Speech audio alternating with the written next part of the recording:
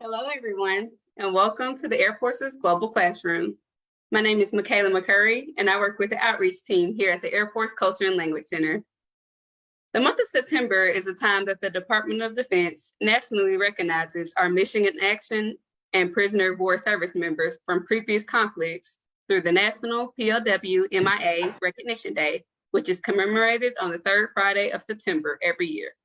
We are honored to have with us Mr. Kelly McKeague, Director of the Defense POW MIA Accounting Agency, or DPAA, to discuss the importance of this commemoration and the mission to never leave a service member behind, as well as the support our language-enabled Airman program scholars have provided to DPAA to fulfill this mission. Mr. McKeague, thank you so much for joining us today. Michaela, it's a privilege for me to join your program, and more importantly, as a former airman, to be amongst so many airmen, to at least be re-blued for the next 30, 40 minutes. Absolutely, sir. So can you just start by giving us, our audience, an overview of what DPAA does? We are the sole Department of Defense entity that is entrusted to search for, recover, and identify missing Americans from World War II through Operation Iraqi Freedom. There are over 81,000 MIAs that we still track. Now, of that, we believe 38,000 to be recoverable. In other words, they're not deep water at sea losses. So it's a daunting prospect, but we work with the service casualty offices as well as the Armed Forces DNA Identification Laboratory to do this important work on behalf of the nation. Wow, that is absolutely important work for sure. So part of DPAA's mission is to provide the fullest possible accounting for missing personnel. Can you elaborate on what that means and how DPAA works to achieve that mission? Sure. So again, these are service members and civilians who made the supreme sacrifice in a former past conflict. And as such, they were not returned home for any number of reasons. The numbers dropped precipitously. So 72,000 missing from World War II, 7,500 from the Korean War, 1,500 from the Vietnam War, and more recently in Persian Gulf conflicts, there are only 6 that are missing. The way we do this is it begins with history. In fact, this is where history and science intersect. So our historians, our researchers, our intelligence analysts, they will do the work looking through archival information, battlefield records, looking at witness accounts, sometimes even interviewing witnesses. And they'll take an area to be this large, and through their research, if they're able to narrow it down, then we will send an investigation team with which to actually survey the area. If that investigation team is able to narrow it down even further, we will send an excavation team led by an anthropologist or archaeologist to conduct that recovery work.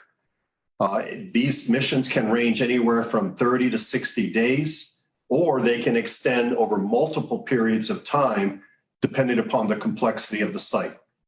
If human remains are recovered by the team, they come back to one of 2 forensic laboratories. In fact, the preeminent forensic human skeletal labs in the world, one at Offutt Air Force Base and one at Joint Base Pearl Harbor Hickam.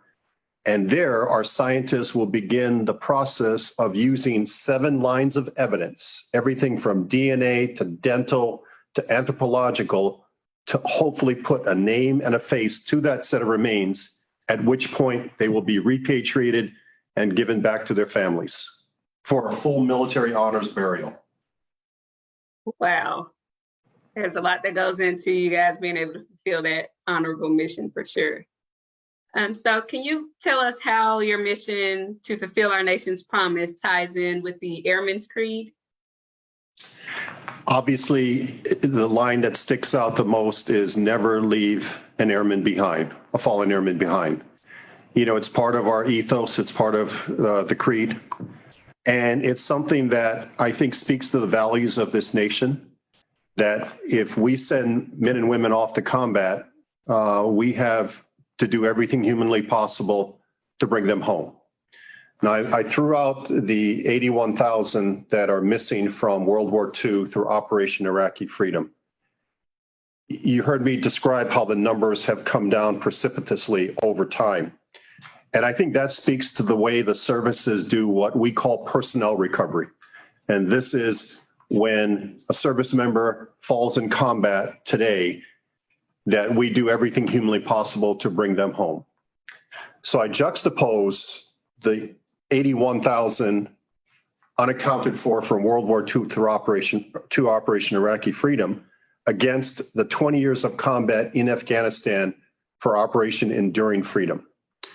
Not a single MIA from those 20 years of combat in Afghanistan. I find that extraordinary.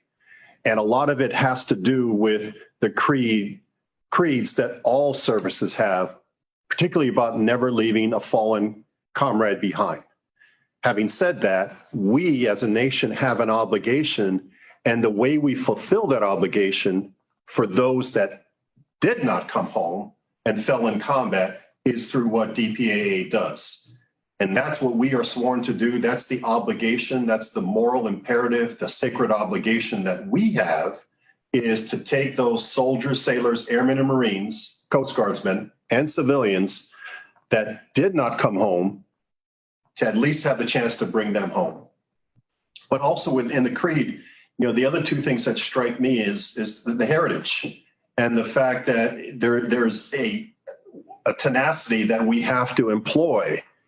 And that's part of DPA's work, again, for this noble mission, and to ensure that preserving the heritage of, in this case, the Air Force, ensuring that we do not falter, are two things that stand out readily about what we do, again, on behalf of all the services. Absolutely.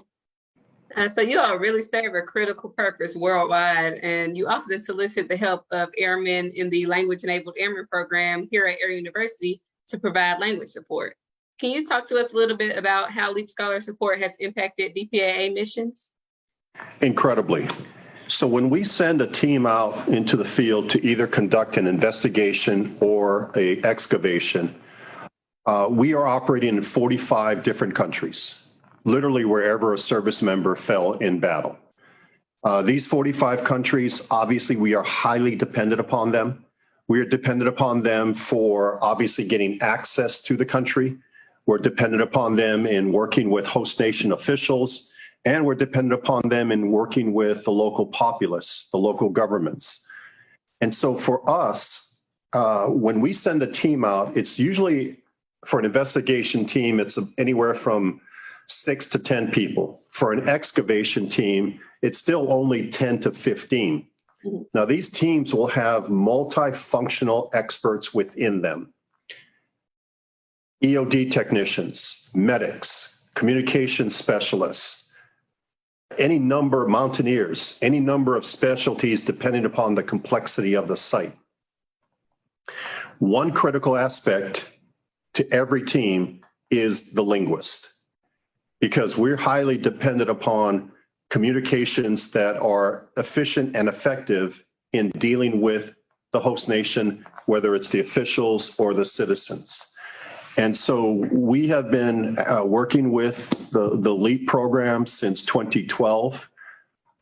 In the last few years, since 2021, we have utilized 71 LEAP scholars to help us, again, embed and augment these investigation and recovery teams with which to do the work.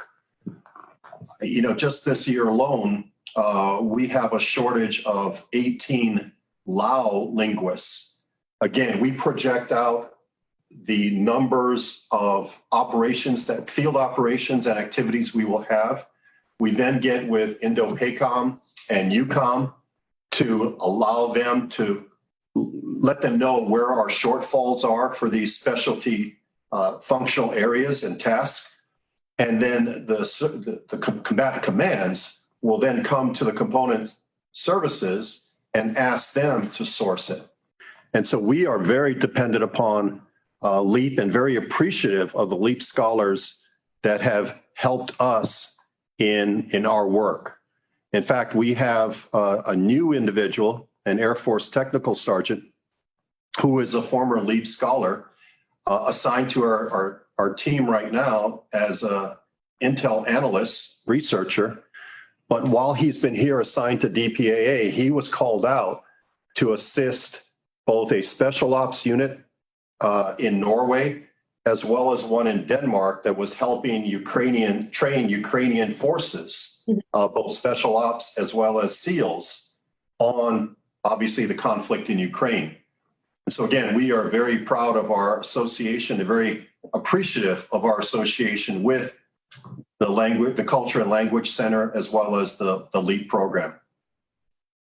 Wow, that is amazing. Do you have any examples of significant support LEAP scholars have provided during missions that really stood out to you?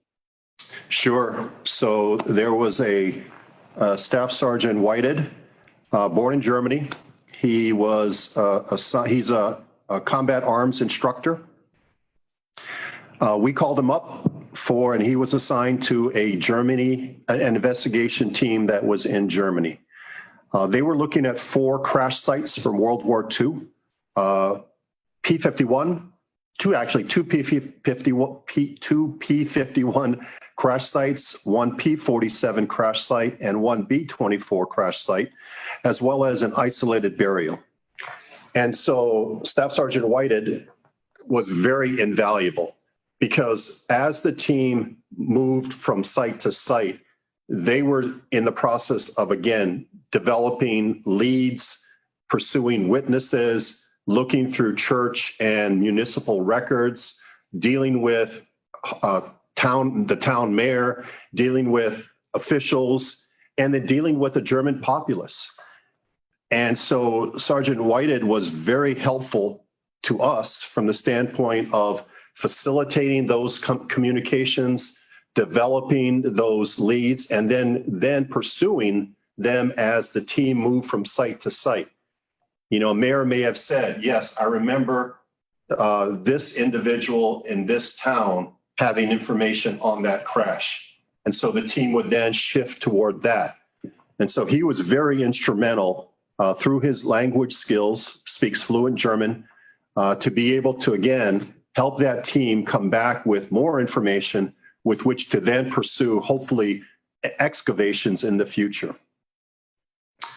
Another one that I think is worth noting, in fact, the first Guardian LEAP scholar was Master Sergeant Lay, who was born in Vietnam, did not emigrate to the United States until she was 14.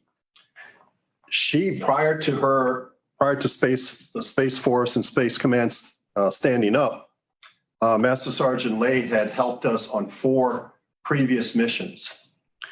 And again, it was extraordinary about her ability to not only help us with the language barrier, but to help us with the cultural norms that she was very familiar with, because oftentimes, especially in Vietnam, our teams are operating in very rural, very remote areas where there may be villagers that have never seen an American before. And so these teams are trying to integrate with the village simply because we are highly dependent upon villagers. Depending upon the complexity of the site, we may employ anywhere from 20 villagers up to 100 villagers on a daily basis to help with the labor. And so Master Sergeant Lay was very instrumental, again, in both the language barrier, overcoming that, as well as assisting the team with the cultural norms of the Vietnamese people.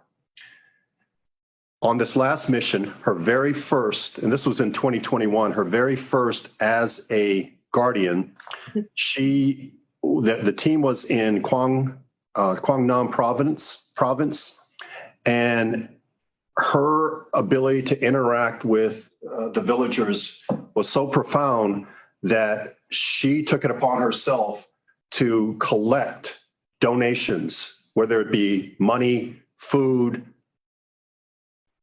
toiletries, clothing from the team, as well as others, that amounted to $1,700 of goods that she then turned over as a parting gift from the team to the villagers, many of whom had to come over an hour each day to the site.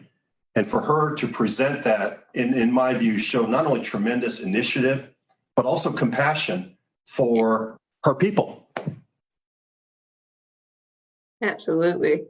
Wow, those are some really great vignettes that you gave. Thank you for those. And I'm sure those LEAP scholars appreciated being able to connect with you all and have an impact on those missions for sure. So how are these humanitarian efforts?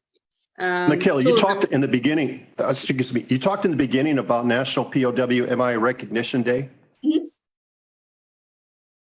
Would you like to learn more about it? Oh, absolutely. Yes, sir.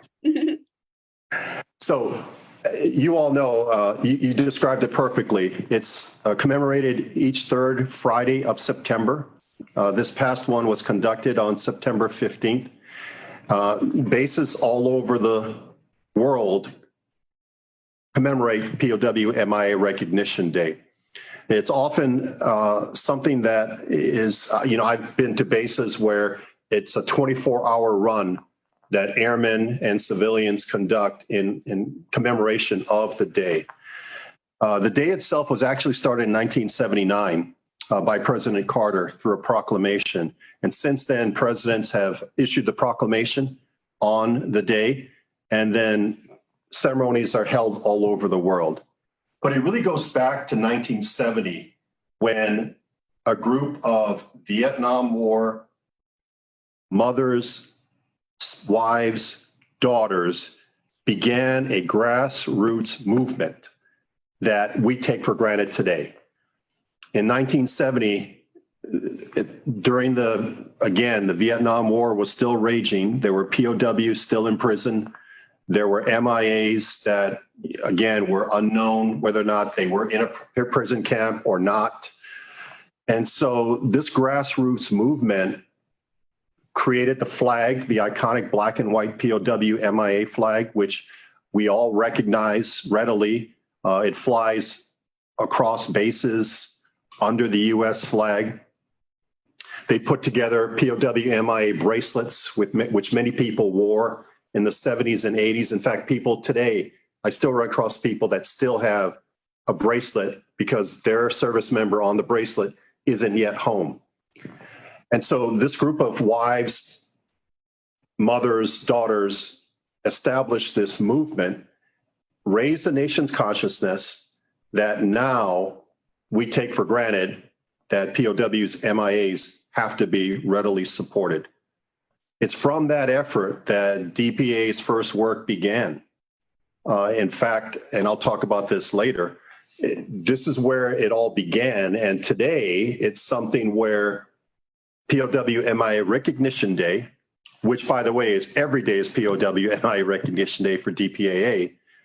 But it's something where, again, it reminds the nation of its obligation to honor the service and sacrifice of former POWs, as well as MIAs, and more importantly, their families who are still waiting answers.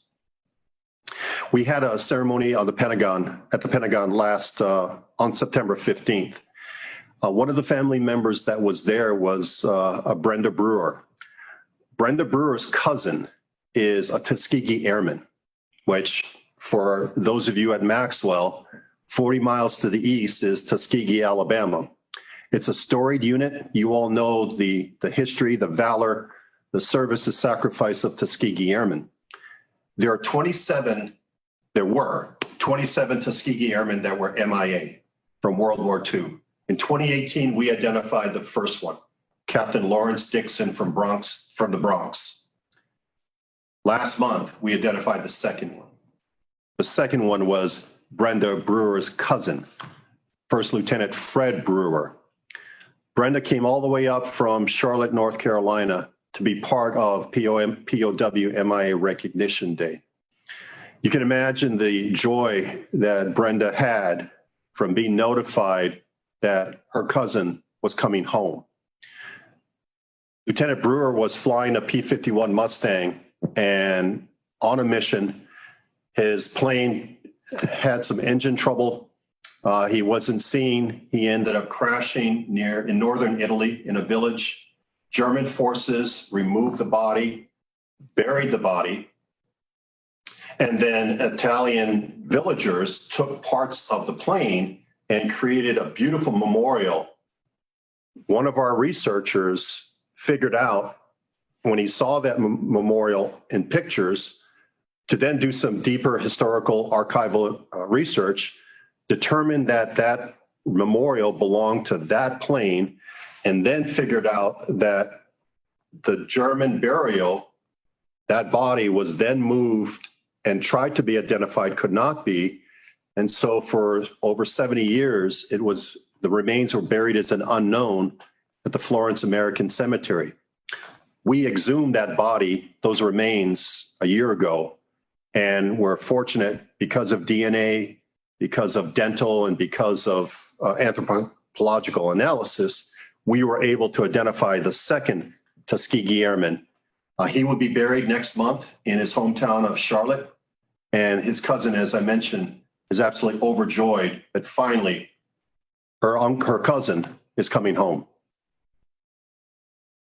Wow, that is an amazing story, and that really hits home for us here at Maxwell and Air University with the Tuskegee Airmen, for sure. So how do those humanitarian efforts, some of the things that you mentioned and the amazing work that you all do at DPAA, how are those a tool of engagement for our nation? It is humanitarian in nature.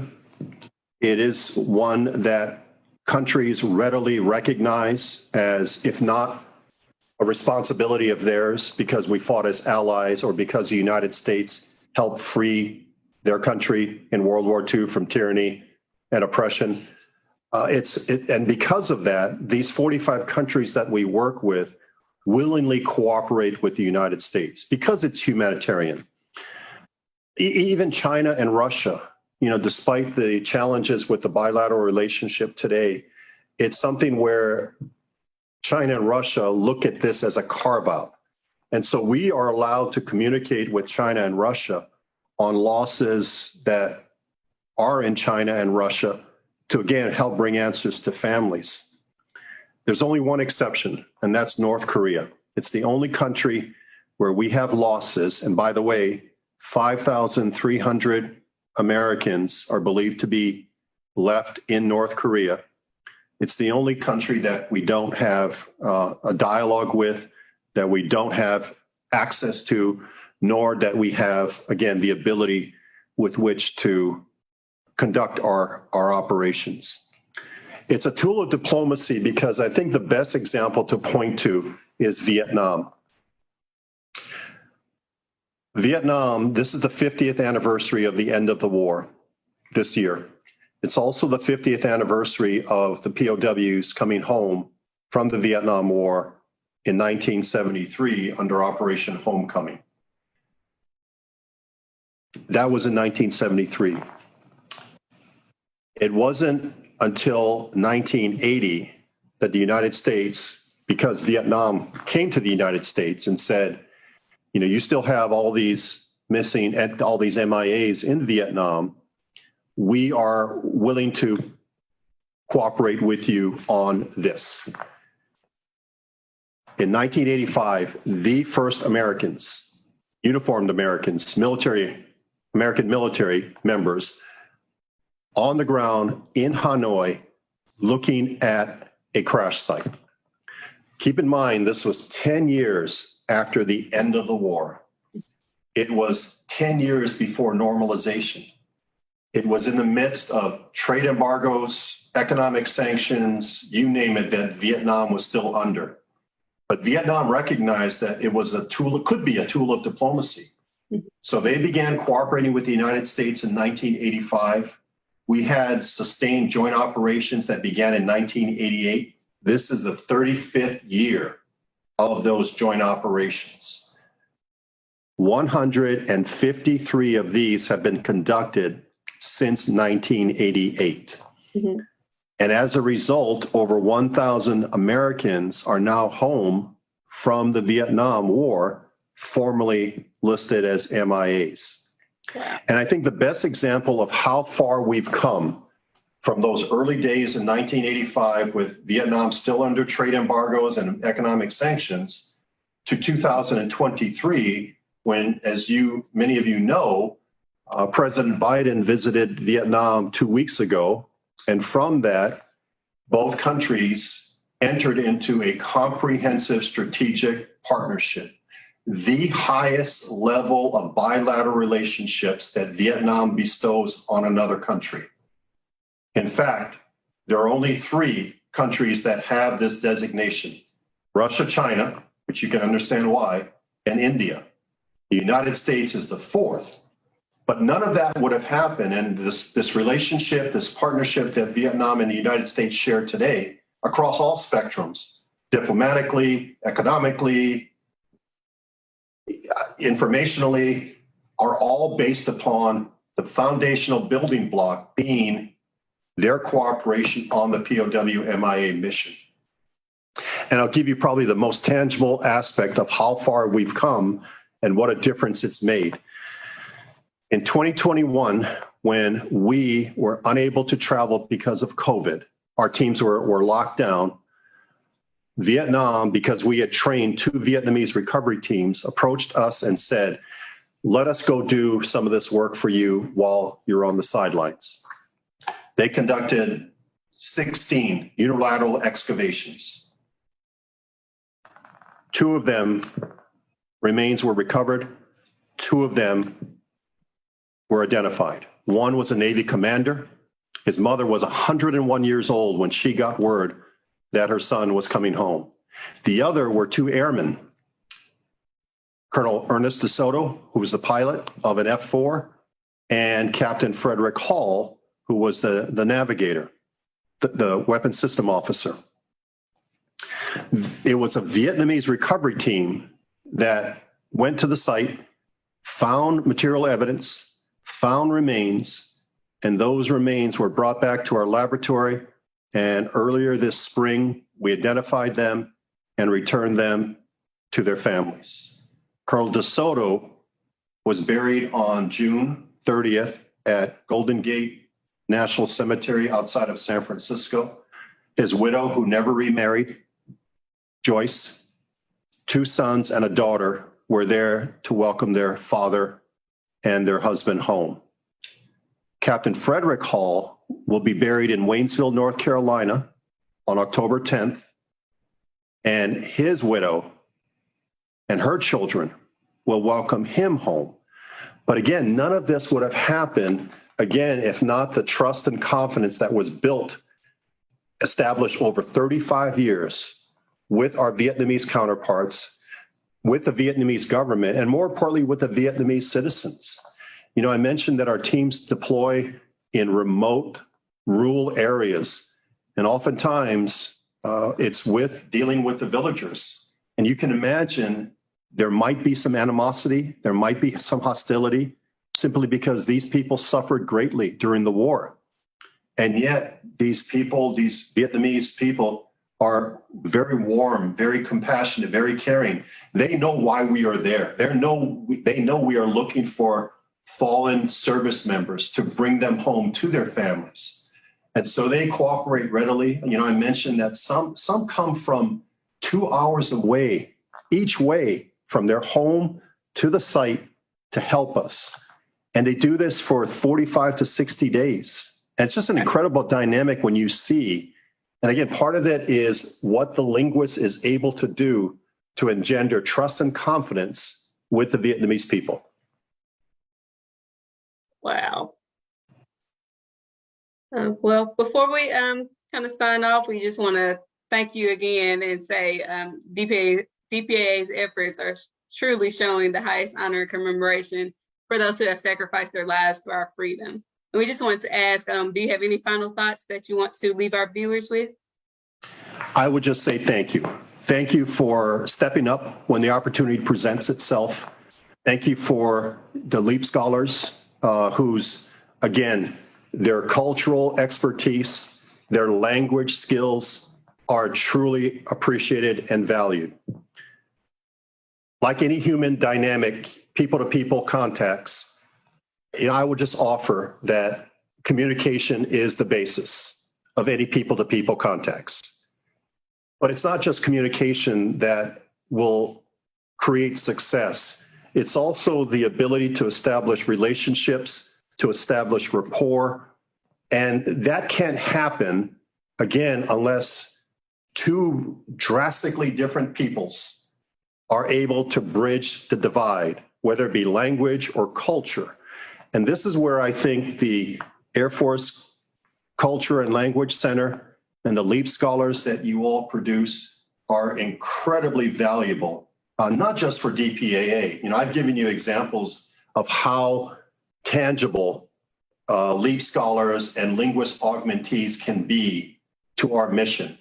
But, I can cite anything around the world where the geopolitical, the strategic, the operational opportunities are there, but can only be achieved if through the skilled language skills and cultural skills of, for instance, LEAP scholars.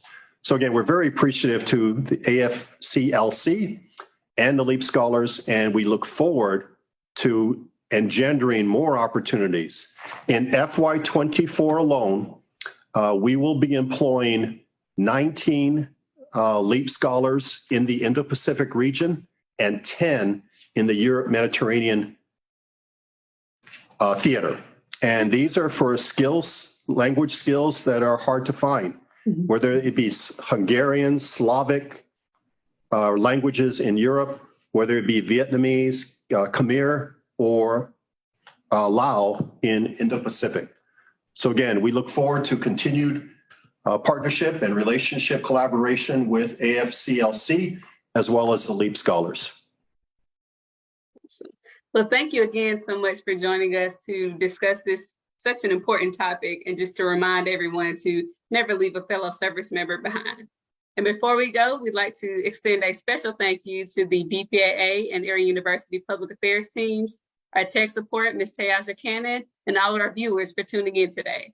So join us again next month for another episode. And remember, we are AFCLC, the Air Force's Global Classroom.